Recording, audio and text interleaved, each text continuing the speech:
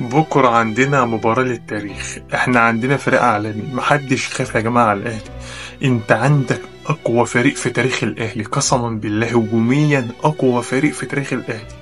لا تقول لي العماد متعب كان زي وسام أبو علي، ولا أي حد زي، ولا حتى حسام حسن. مفيش مهاجم يجي الأهلي متكامل زي وسام أبو علي.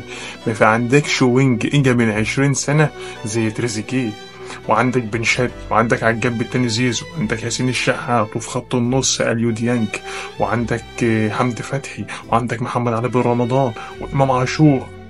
انت عندك فريق احلام، اقسم بالله عندك فريق احلام. ما تخافش. انت لو جيت تقارن اي لعيب من اللي قدام دول بلاعب انتر ميامي ما عدا ميسي، لعيبه الاهلي هي اللي هتكسب. ماتش الاهلي بكره للتاريخ. الاهلي بكره هيسطر تاريخ في الماتش ده.